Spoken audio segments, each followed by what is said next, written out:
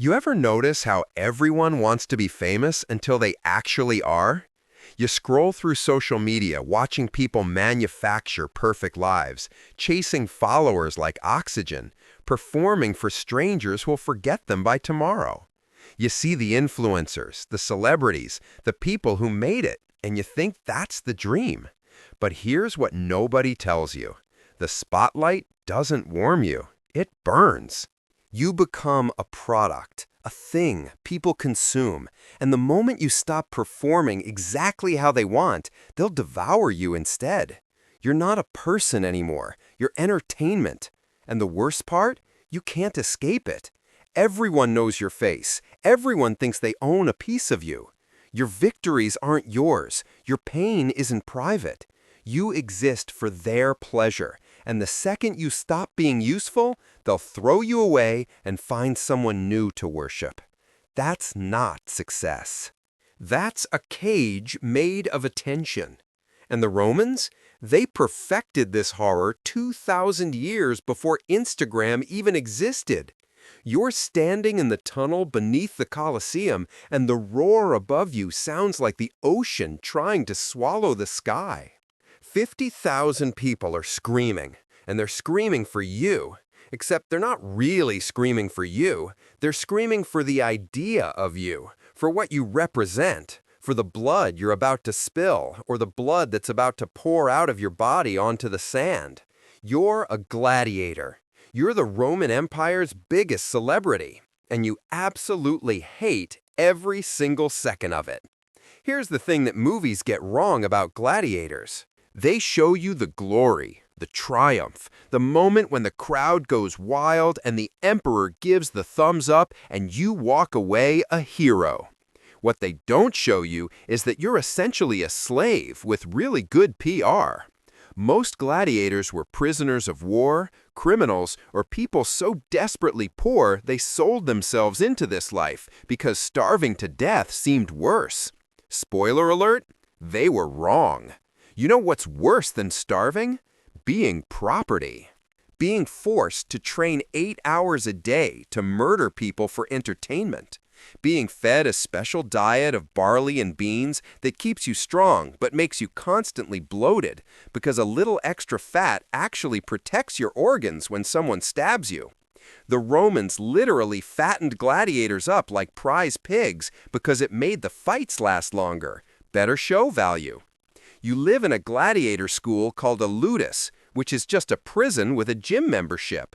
You share a tiny cell with other fighters. You eat together, train together, and you know that eventually you might have to kill each other while thousands of people munch on snacks and place bets. It's like being on a reality show, except when you get voted off, you actually die. Your trainer is called a lanista, and he owns you, not employs you, owns you. You are his investment. If you die too quickly, he loses money. If you win too much, your price goes up, and maybe some rich patron buys you for their private games. Either way, you're merchandise. But here's where it gets really twisted. The Roman people absolutely worship you, like genuinely worship you. Your sweat is collected and sold as an aphrodisiac. Women wear hairpins dipped in your blood because they think it makes them fertile. People buy clay lamps with your face on them. Street vendors sell action figures of you. You're on the ancient equivalent of lunchboxes.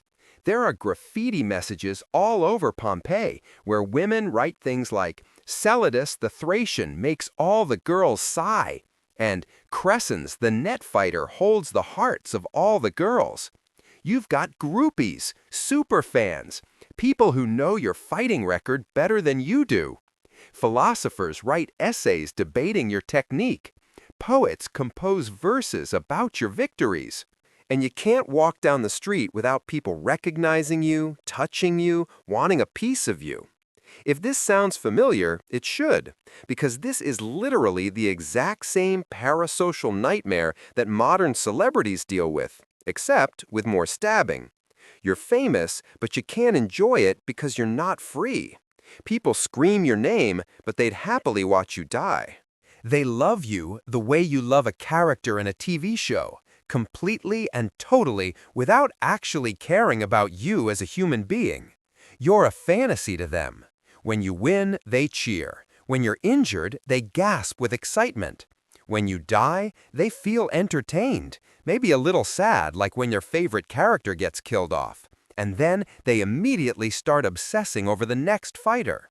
You are replaceable. You are consumable. You are content. Wait, stop here for a second. I need to ask you something real. Have you ever felt like people only value you for what you produce, not for who you are? Like the moment you stop performing, stop achieving, stop being useful, people just move on? If you felt that, if this hit close to home, drop a comment right now. Just write, "I felt this." That's it. Because when you do that, you're not just commenting, you're telling someone else scrolling through that they're not alone in feeling this way. Your words matter more than you think. Now let's talk about what actually happens in the arena, because it's not the choreographed action movie you're imagining. First off, most gladiator fights don't end in death. Surprised? Gladiators are expensive. Training you costs money, feeding you costs money, housing you costs money. Killing you is terrible business. So most fights go until first blood or until one fighter is clearly beaten and asks for mercy. The whole thumbs up, thumbs down thing? Probably not even real. The emperor or the editor of the games, the guy who paid for all this, decides if a defeated gladiator lives or dies. But it's actually pretty rare that they choose death. Maybe 1 in 10 fights ends with a fatality. But here's the catch. Rare doesn't mean never. You go into that arena knowing there's a chance you're not walking out. And even if you survive, you're getting hurt. Broken bones, concussions, wounds that get infected because this is ancient Rome and antibiotics won't exist for another 2,000 years. You survive today's fight, but the cumulative damage is destroying your body. And the types of gladiators? It's not just generic sword guys fighting each other. The Romans created an entire classification system like it's a video game character selection screen. You've got the Murmillo with a big rectangular shield and a short sword, dressed like a fish for some reason. The Thracian with a small curved sword and round shield. The Retiarius, who fights with a net and trident, basically cosplaying as a fisherman. The Secutor, whose whole job is to chase the Retiarius around, wearing a smooth helmet so the net doesn't catch on anything. Each type has advantages and disadvantages, and the Romans matched them up strategically to make interesting fights. It's like rock, paper, scissors, except the rocks and papers and scissors are all enslaved human beings who might die today. Here's something else that'll mess with your head. Some gladiators were volunteers, free men who signed contracts to fight. Why would anyone do that? Same reason people destroy their bodies and minds for fame today. The money could be incredible if you survived long enough. The glory was real. You could become more famous than senators. Women threw themselves at you. You had status in a world where status was everything. So some men looked at their options, looked at a life of poverty and obscurity, and chose to risk death for a chance at mattering. They traded their freedom and safety for attention and validation. Does that sound insane? It should. But people make versions of that exact trade every single day. They just do it on different stages. The absolute peak of gladiator fame was a guy named Spartacus, except his fame came from the thing the Romans feared most, a gladiator who stopped playing the game. Spartacus led a slave revolt that turned into a full-scale war against Rome. He and 70,000 escaped slaves fought the Roman legions for 2 years. The Romans were terrified because gladiators weren't just entertainers, they were highly trained killers. Imagine if every professional fighter in the world suddenly decided to team up and overthrow the government. That's what Rome was dealing with. Eventually, they crushed the rebellion and crucified 6,000 captured slaves along the Appian Way, one every 100 feet for 130 miles, and they left the bodies up for months as a warning. That's how much the Romans feared their own celebrities turning against them. But most gladiators never rebelled. Most of them just survived day by day in this weird prison of fame. You'd fight a few times a year if you were successful. Between fights, you'd train and try not to think about the next time you have to walk into the arena. You deal with your groupies and your fame and the fact that everyone knows your name, but nobody knows you. The Romans kept detailed records of fighters. We know their names, their wins, their losses.